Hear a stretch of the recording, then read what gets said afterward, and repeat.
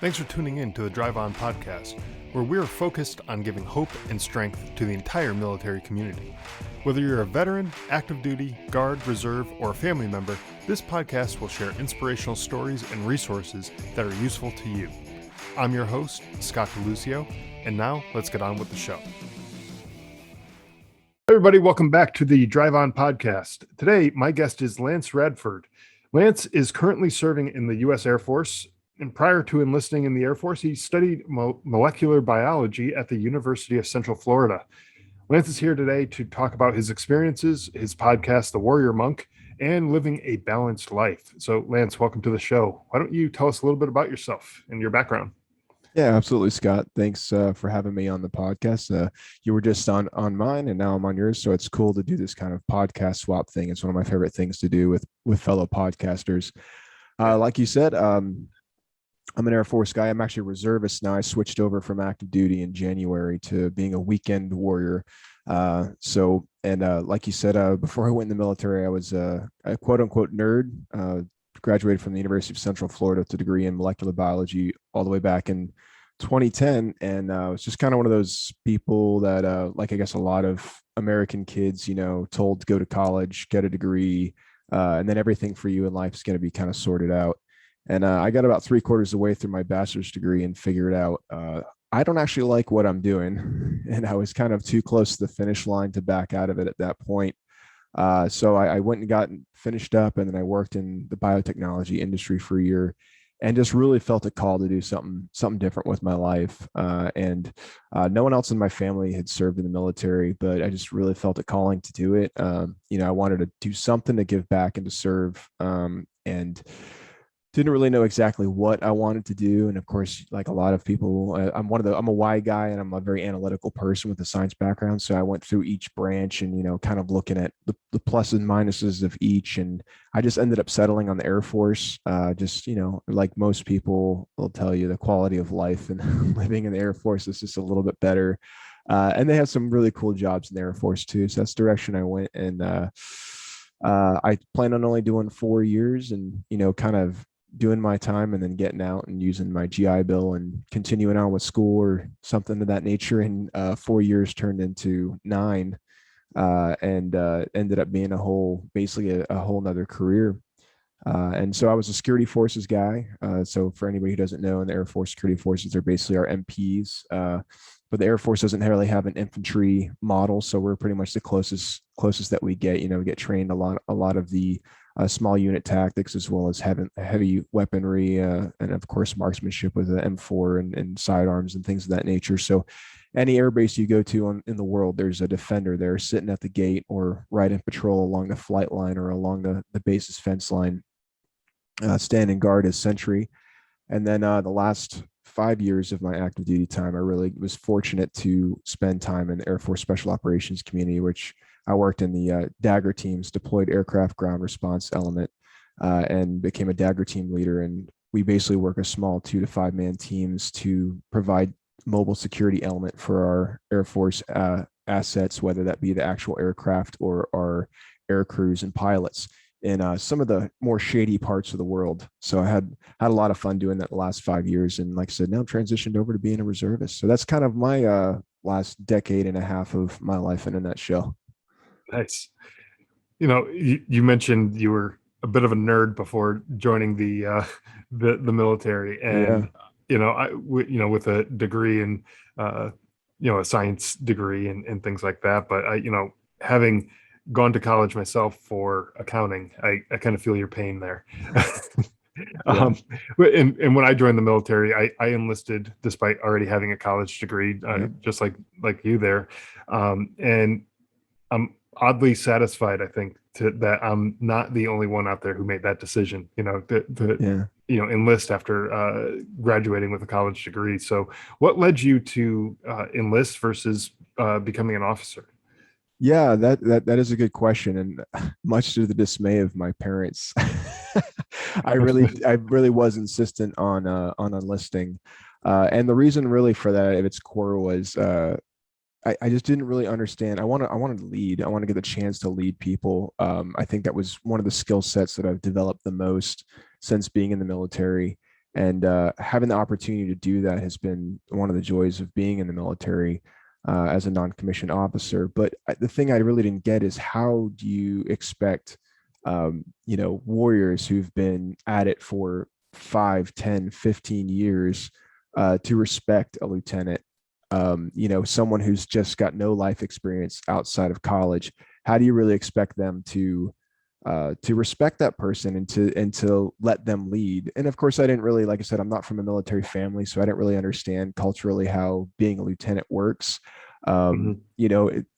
Lieutenants do have really don't get that much respect in the military, or those O1s, O2s really are looked at as little baby officers. And of course, we're respectful, as enlisted people, and they get yes sir and no sir and yes ma'am and no ma'am. But you know the enlisted members that aren't super green know that LT's holding the map upside down, and it's okay, we're going to help them out, kind of Right.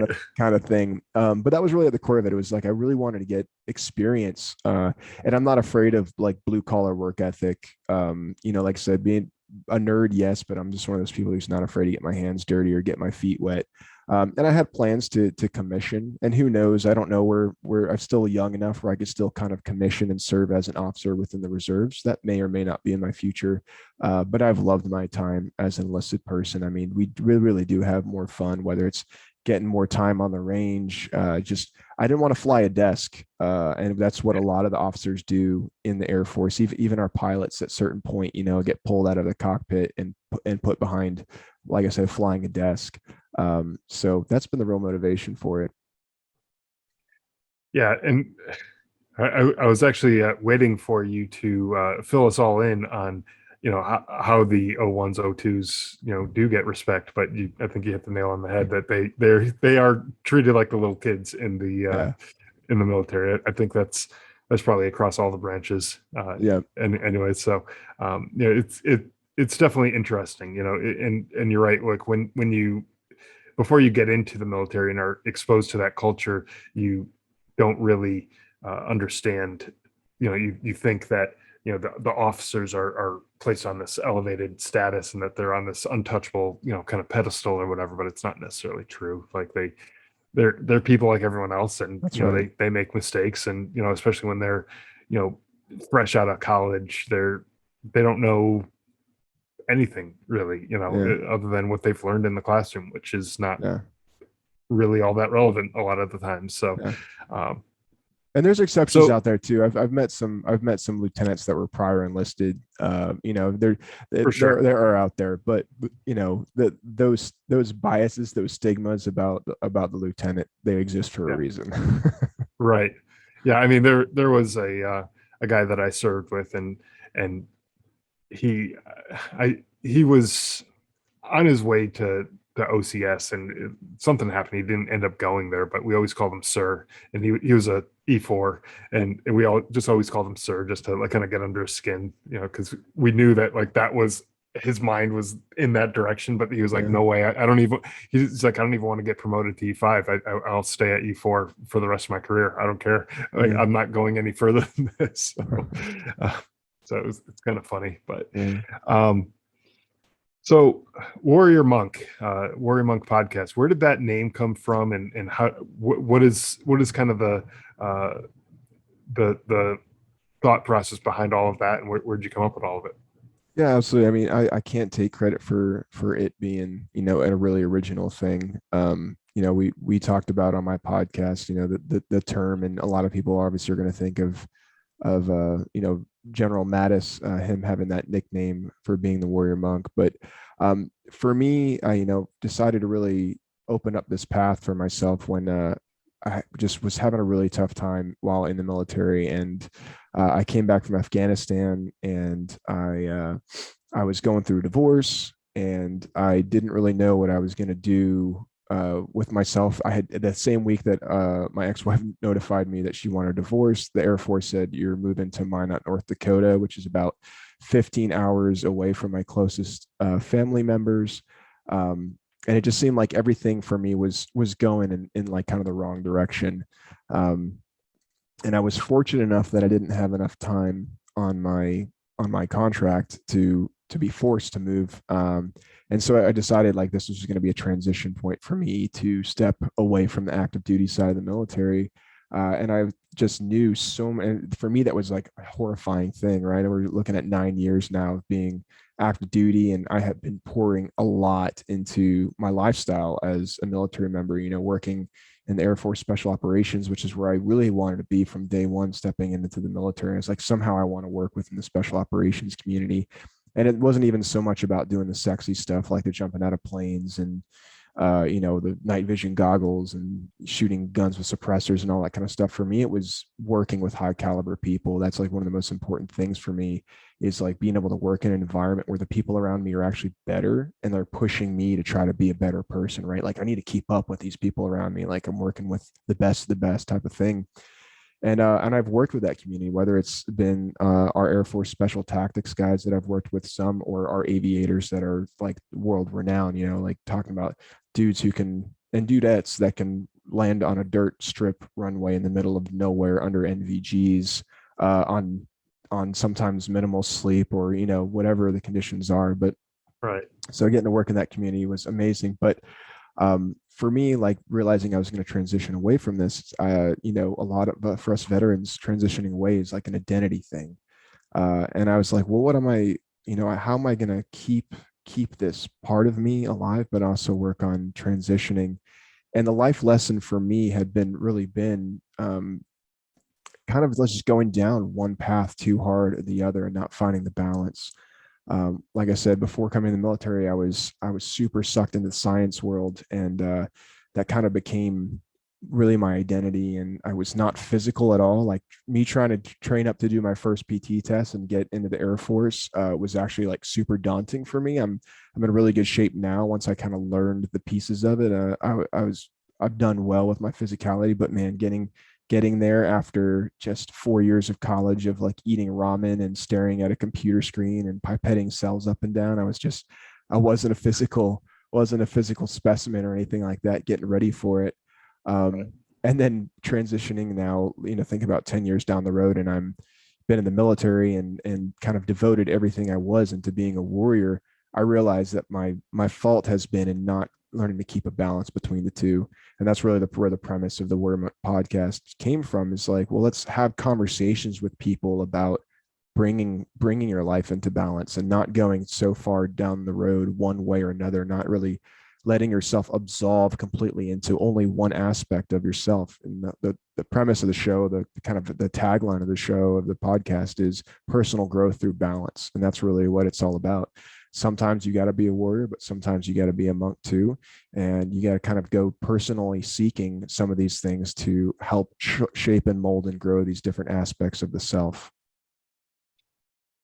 Well, that's a lot. Yeah. And I think looking at those two sides of someone, the warrior side of someone, that rough and tough person who's out there, protecting, defending, they're uh, they have that. There's a strength to that. But then the monk side of someone, is a almost like a calm and Mm-hmm. peaceful side of someone. And yeah, I mean, it does make a lot of sense to have a balance between the two, and not be 100% warrior, or not be 100% monk, and have some sort of fine-tuned balance there. And I think maybe with a lot of things in life, it makes sense to have a balance.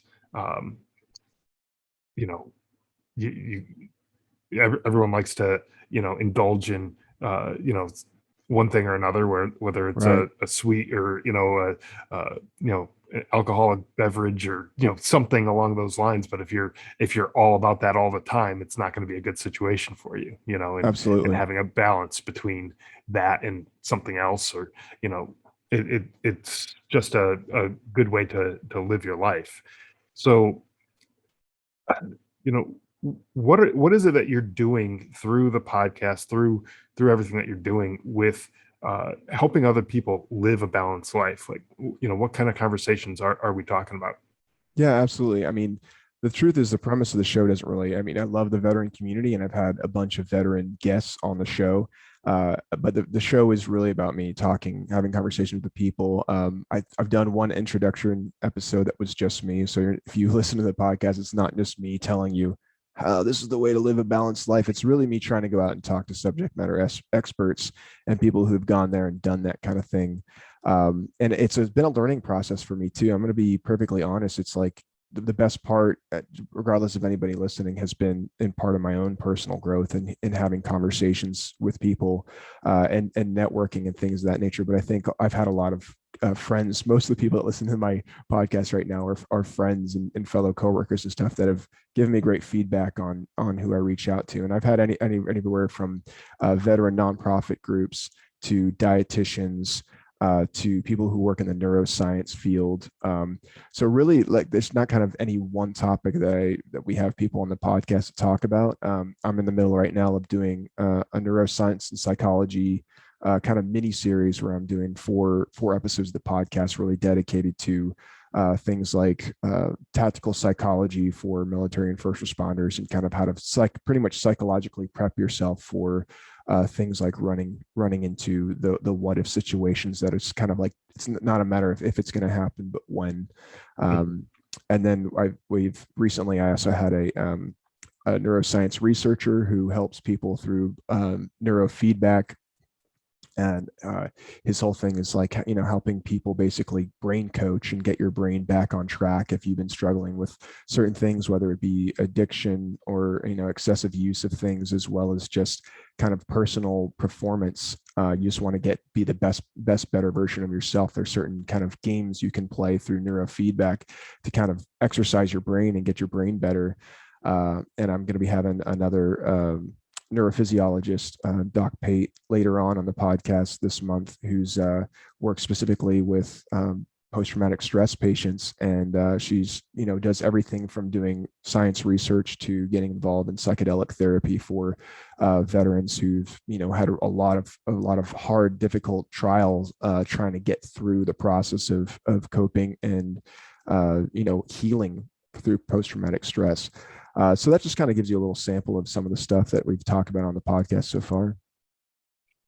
Yeah, and I think those conversations are important to have, and especially with the subject matter experts who are out there doing the work with the people. And one of the things I like to do on this podcast, we talked about this on your show a little bit, but I like to have those people who are doing the work. In my case, it's for veterans, and in your case, it's for anybody who is struggling with whatever they're going through. But I like having those people on to share what they're doing, because if you don't know that there's a solution out there for you, then you don't know what you don't know, and you don't know to even look for that type of thing. And so the more awareness we can bring to these types of solutions, and the people who are out there working on these solutions, the better everyone is going to be, because they're going to just see the possibilities that are out there. And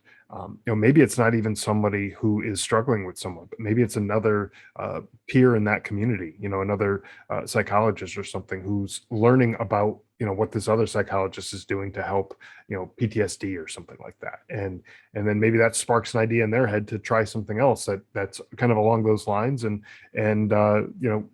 then they come up with some other innovative solution. So the more we can do to elevate these voices and get them out there into the community, I think the better off everyone's going to be with all of the different innovations that are happening out there.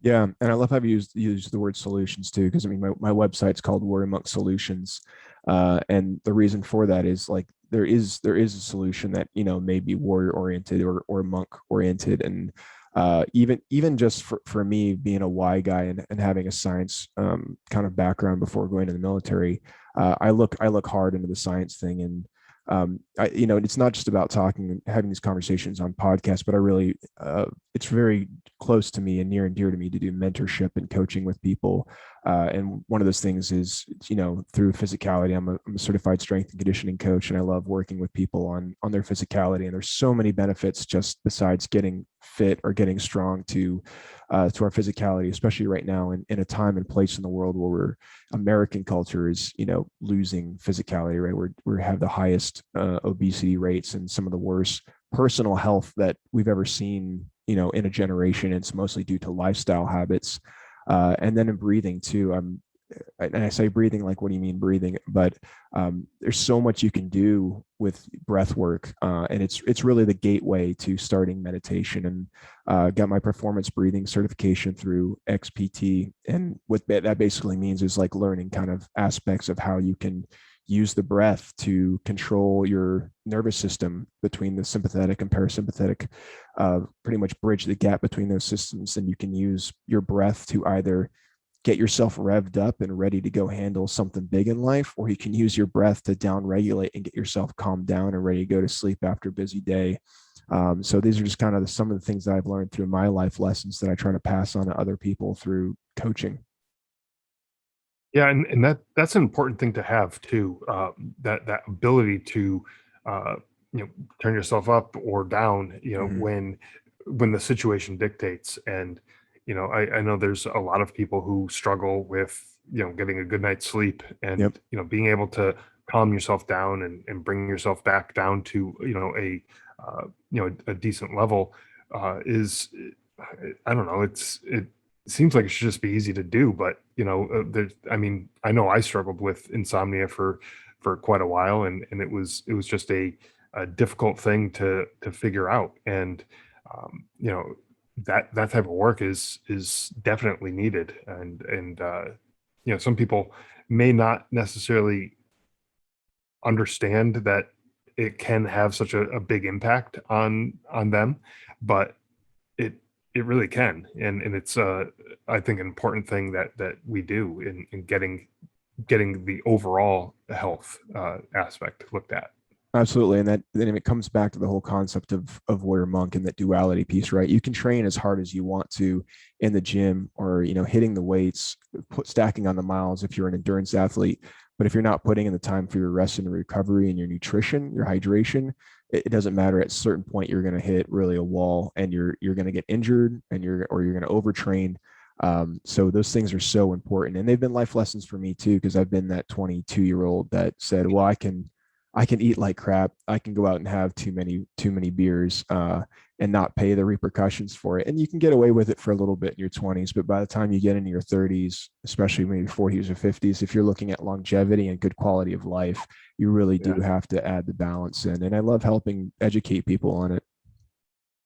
Yeah, and I'm rounding the corner of the last year of my 30s, and I'm looking at 40 coming up here in a few months. And I'm already noticing that I cannot, eat the crap that I used to Yeah. eat, and I can't drink the stuff that I used to drink. I just can't do it the same way that I used to. Your body just does not process things the way that it used to when you're younger. Sure. And it's a real reality check when you start stepping on the scale and you're like, well, wait a minute, where did this come from? Right. Yeah. Um, but and you talked about that too, with the lifestyle that people live and everything. And in the last year and a half or so, we had the situation with COVID and all the uh, you know things that were closed down, that gyms and things like that people maybe ordinarily would have gotten a chance to go to. Even kids going to school and playing at recess or going to gym class or whatever, they would have had some physical activity going Yeah. on. But a lot of people lost that when they chose to stay inside and not go out for a run, or whatever, around, even just around their neighborhood or something. um, and so that requires another kind of mindset shift, to get back into that, because for so long now we've been in that stagnant uh, mode where we just were sitting around at home. We are maybe working from home, or doing school from home and all that kind of stuff. But now we need to get back out and kind of relearn how to get back into that. So that's another mindset shift, I think, that we need to start focusing on. Yeah, absolutely. I mean, I love to say that movement is therapy, and it's not always about doing intense stuff, right? Like it doesn't have to necessarily be CrossFit or throwing the weights around or things of that nature. I mean, even just going for a walk, in your neighborhood or out in nature can have such, I mean, dire effects or serious effects on our nervous system and our health. I mean, if there's one thing like people could do in American culture that would probably improve a lot of stuff, it's walk more. And that's just a little thing, right? That's a small habit change. You get done with dinner and you go for a walk for 30 minutes. A lot Yeah. of people, it won't do it, but it's one of those things. It's a small changes that inconsistency. If you're doing that every single day or even 5 days a week, you add those miles up, those calories burned, the effect it's having on you. You put those together for months and months, and that ends up becoming a lifestyle change and has serious repercussions and positive effects for you down the road throughout your life. Yeah, and there's a book I read a few years ago. It's called Atomic Habits, and it, Yeah, and it it's a great book. talks about the small changes that we Mm-hmm. make. And when we go and try to do this big New Year's resolution type thing, most people fail Yeah, because it's a huge shift. yeah. I'm going to go to the gym and I'm going to lose 100 pounds and I'm going to do this and I'm going to change everything Mm-hmm. all at once. And it's like, that's not who you are. And that's, you need those small incremental changes. And, and by doing things like setting small goals, like Mm-hmm. walking for 30 minutes after dinner, every night, which I think most people can probably fit into their schedule. And if it's not after dinner, maybe after lunch, or, if you're at work, take your lunch break and go for a walk. Yeah. If it's a half-hour lunch break, just go for a walk and, Mm-hmm. have an apple or something on your walk, and eat that. Um, Most people can find a half hour in their Yeah. day to do some sort of physical exercise. And we're not even talking strenuous. We're not talking, going to the gym and lifting weights and, running a marathon or anything like that. It's just literally going for a walk at a, fairly decent pace. But, Mm-hmm. um, I think if we can find time in our day to do some of those small things, we'll be able to turn ourselves around and find that uh, we're improving our own lives, and it won't even feel like we're making any significant efforts because it's just going to become part of our everyday normal day-to-day life. Yeah. And the funny thing with time too, right? It really is our most precious resource. It's like there's one thing I can make more of for Yeah. myself or people around me. It's more time, right? Like it's if you're an entrepreneur like that, you have to break down what time means to you per hour, what it costs, right? But man, we really do have more than we claim we do a lot of the time. Like and I'm guilty of this too. I'll be the first one to admit it. Like, I don't have time to do that. But when you really take the time to do some self-assessment and say, okay, how much time have I spent looking at the TV, or how much time have I Mhm. spent looking at the phone? How much time have I spent doing, these things that probably I can put slower on the totem pole of priorities and start to Yeah. put some of those other things that should be higher up on the totem pole. You make the time for what's important for you.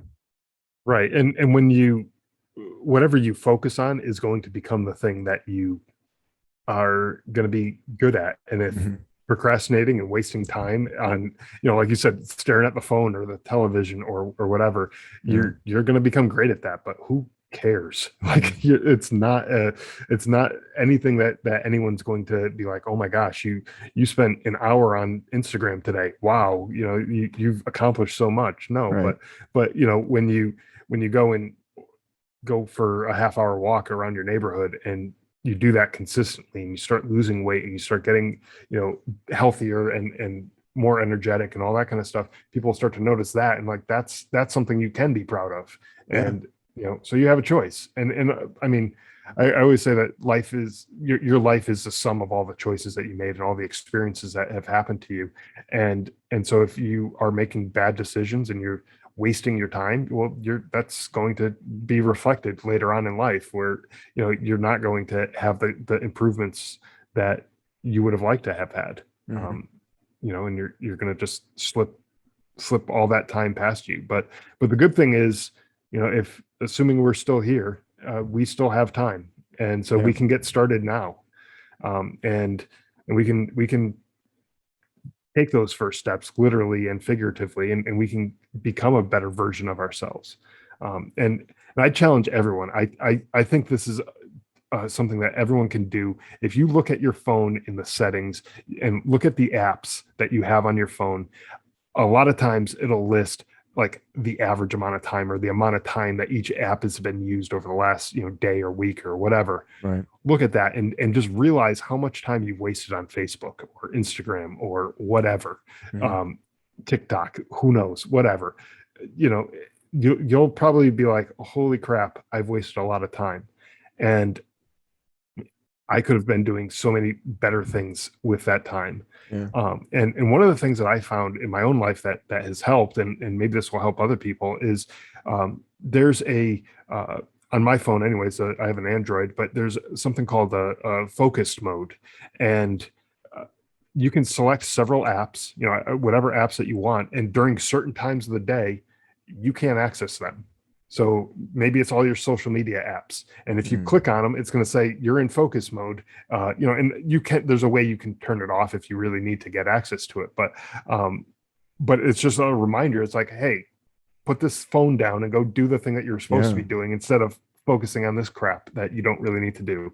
And then, later on at night, when I have nothing else that I need to do because I've already done all the things that I needed to do, then I allow myself to take a look at it and post things on social media, or, just unwind and mindlessly scroll through stuff if Yeah. that's what I want to do with my time. But it really helps me focus on the things that I need to do, Mhm. whether that's exercise or my work or my family or whatever the case may be. I use that to focus, and you'd be surprised if you look at how much time you actually waste on these things. uh, Yeah. there's a whole nother world out there, so go focus on that instead. Yeah, and that's a great strategy too. I mean, they talk about that in Atomic Habits is, those little habits that you want to put lower on the priorities, making it harder to access them, right? Even if it's just Yeah. something, it takes one more step or one more thing you have to do that makes it slightly inconvenient. It's more likely to put it, make it less easy to access, then you're slightly less likely to do it. Yeah, and it works the opposite way too. So if there's a habit that you want to do more of, make it just one less step to make it easier for you Mhm. to do that thing. So if you want to eat more, fresh fruit and vegetables, instead of having a cookie jar on the counter, have a bowl of fruit on the Mhm. counter. And when you walk by that, and it's like, hey, I could use a snack. Well, let me grab an apple instead of a Yeah. cookie, or whatever. Or if you want to go running, just lay out your running clothes and your running shoes the night before, and that Mhm. way it's there and you don't even have to think about it. It's just there. You just pick it up, put it on, and go. It's just make things that much easier. So, I mean, all of that is a great way, I think, to live a more balanced life, and you know work on your physical health, your mental health, and all around overall wellness. Yeah. Yeah. It's great stuff. Yeah, absolutely. Well, it's been a pleasure speaking with you today, learning about the what you're doing with the Warrior Monk and everything else. Is there anything else that you wanted to add in terms of anything that else that you're up to, or where people can go to find everything about your podcast and follow you on social media? Yeah, absolutely. Thanks so much too for having me on the Drive On podcast, Scott. If anybody wants to reach out to me, please come find me on Facebook or on Instagram at the Warrior Monk Podcast. And then you can check me out on the website, which is www.warriormonksolutions.com. If you're interested in checking out the podcast, we're on the major platforms such as Spotify and Apple, as well as SoundCloud and on Audible.